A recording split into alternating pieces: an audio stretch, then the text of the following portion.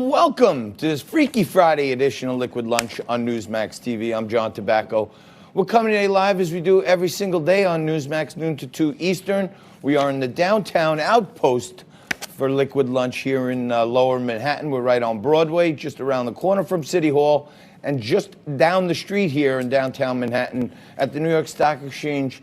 Things are quite shaky this morning. For those of you looking at your portfolio, take a little closer look. You know, right here on Liquid Lunch, we've been updating you on the markets for a while, and 29,000 has been the number that you really want to stay focused on. That's the new support level. This morning, with more fear, fright, and hysteria coming out of China, that the coronavirus is kicking up speed, more deaths reported, more cases reported around the world.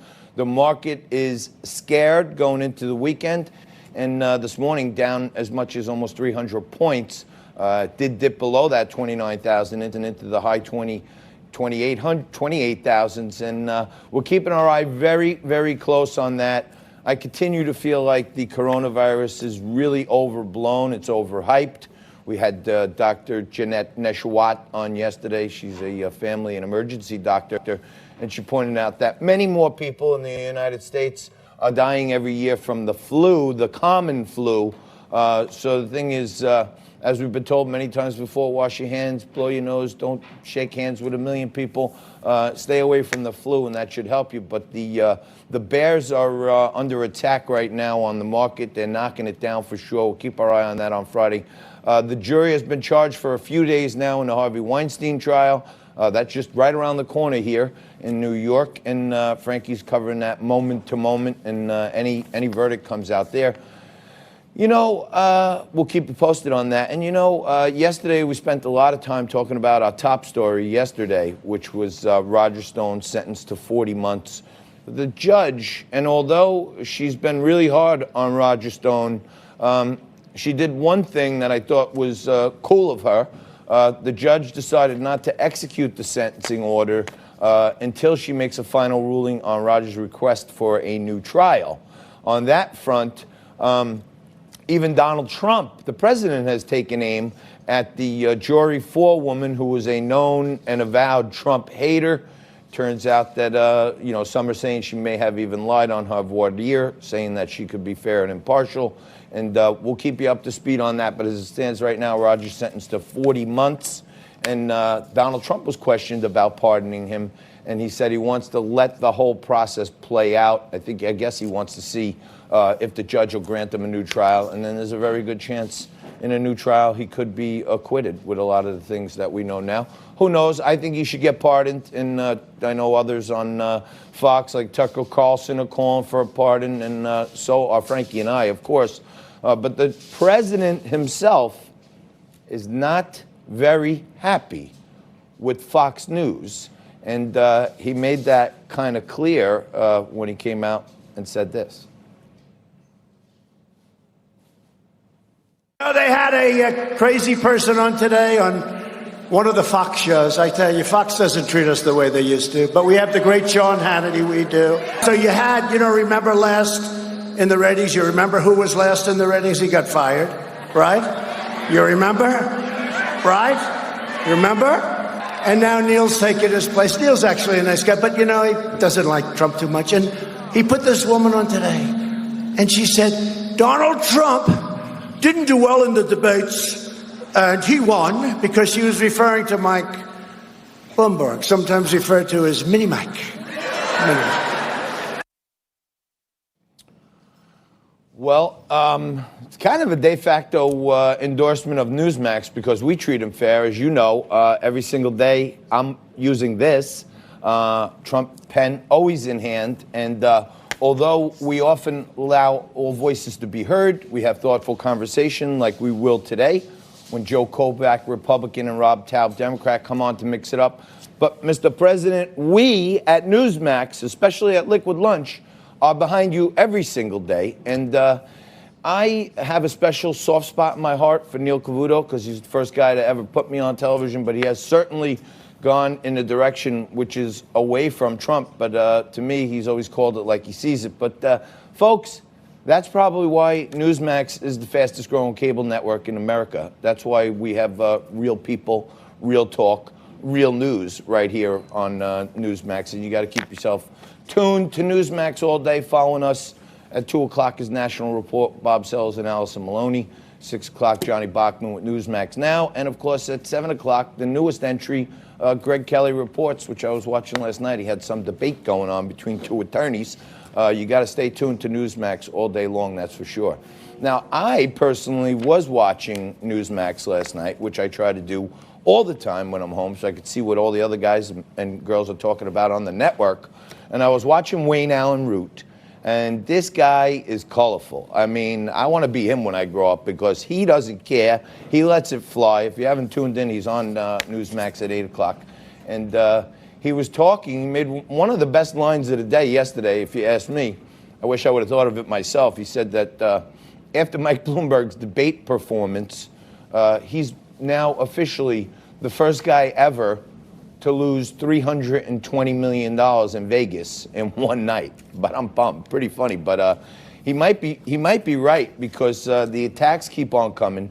If you see the way Mike Bloomberg performed, it shows that he had some lightweight competition other than Mark Green and his mayoral runs. And now, yesterday, he also came out with this video where he said, I think I'm the only one who started a business, and his team edited it with cricket sounds in it, and he just had these gazing looks from all the other candidates, which was a little bit of fake news coming out from the Bloomberg campaign. But I don't know. I think that what we're looking at right now on that side is Mike Bloomberg's going to keep throwing around money. We talked about it a little bit yesterday. We're going to talk about it a little more today and going forward. But the more money he keeps throwing out, the more people that are going to get behind him on the line. And tomorrow we're going to learn a lot. Tomorrow we're going to learn about if Bernie Sanders can scoop up another one. I've heard rumblings here in New York from the Wall Street set that if Joe Biden doesn't come in at least second in Vegas and win South Carolina, most of the money behind him is going to be going somewhere else. So we'll keep you posted on all that stuff. And as I mentioned before, my good friend Roger Stone is now facing 40 months. But if you saw him coming out of court yesterday, he looked like $1 million. And my partner here, who emulates the stylings of Roger Stone sometimes, Frank Morano, comes in, well, you wear the hat like Roger does, yes. And you wear the coat. Roger like has a very unique style. So, Frankie, there's a lot of breaking news. You're covering all that breaking news. You had to leave a little early on us yesterday, but we have any early rumblings? I know you got a couple of inside tracks to the Weinstein the story that the story that we're watching, other than the Weinstein situation, is what's happening at the White House, because apparently John McEntee has demanded a purge of all the Never-Trumpers from the Trump administration. So that was today's news that is happening. We're going to keep an eye on that. But some sad news yesterday, unfortunately. Speaking of presidents, we actually lost one of our greatest presidents, somebody that has given a great deal to this country, somebody that served the country in the Air Force and helped a lot of people, not just a lot of men. The one and only Cy Sperling passed away at the age of 78. Man. If you're not familiar with Cy Sperling, you'll of course recall he wasn't just a member of the Hair Club for Men, but also a client. Remember, I'm not only the Hair Club president, but I'm also a client. So, John, I know... Well, rather than wait till the end of the show for the WTF and correct you, that commercial became iconic because Cy Sperling, who invented this new way of creating fake hair, made a commercial where he had a beautiful coif of hair, and at the end he said, I'm not just the president, I'm also a member. Right. Exactly. And he held up a photo, as you saw right there. I misspoke. And you know what, Frankie, as you may know, I am a student of television, and as crazy as it sounds, when you see that Cy Sperling commercial, here was a guy who was basically cleaning swimming pools, and he was so depressed about himself and his hairline and picking up women and stuff that he abandoned his whole business. He took a $10,000 loan on his credit card, and he went out and started the hair club to try to find effective ways for people to have at least the appearance of more hair. And that commercial is still iconic till today. And, okay, now that's a little out of line there.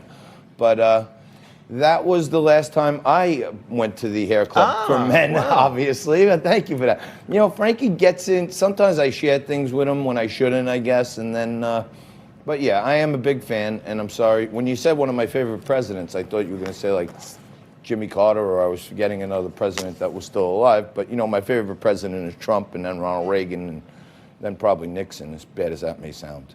All right. Well, my favorite president was Cy Sperling, no longer with us. And in that vein, I will be doing an hour on my radio program this Sunday dedicated to Cy Sperling. I had the opportunity to interview him before he passed away. I'm going to play the exclusive interview in which he talks about how he started the hair club and what he's done since the hair club. And one thing I will tell you about Cy is the thing that he was proudest of was being able to get hair for children who have been battling cancer and lost all of their hair. Right. So very sorry to see Cy Sperling pass away. Absolutely. Sad to see Cy go, but the commercial will live in infamy forever.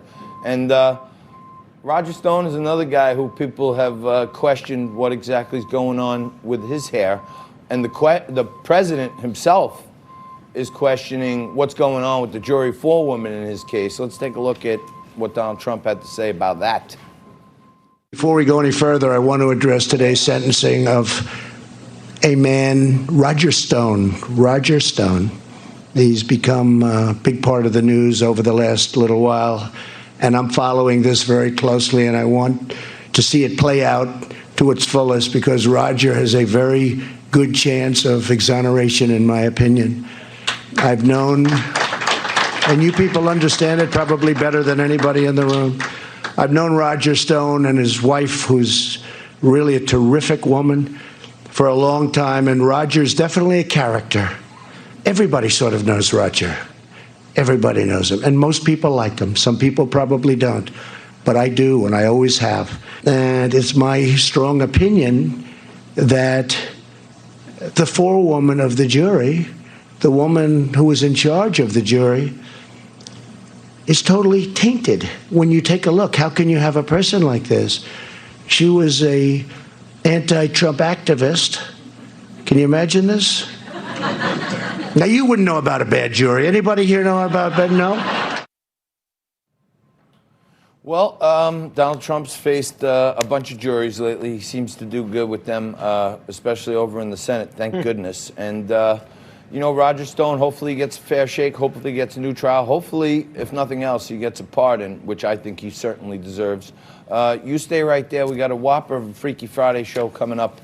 Joe Kovac and Rob Taub are going to mix it up right here. We're going to have Lieutenant Colonel Dan Davis join us a little later, talk about what's going on the war front. John McDonough is going to be, and Colonel Peace front. On the peace front. And Colonel Andrew Milburn will be here a little later, the author of When the Tempest Gathers. And this is the guy who's been leading our fighting forces, our special forces, rooting out ISIS across the world for the last 20 years. He's going to tell us all about that and more. We'll take a quick break. Man on the Street in the second hour. Also, you're watching Liquid Lunch. Stay right there.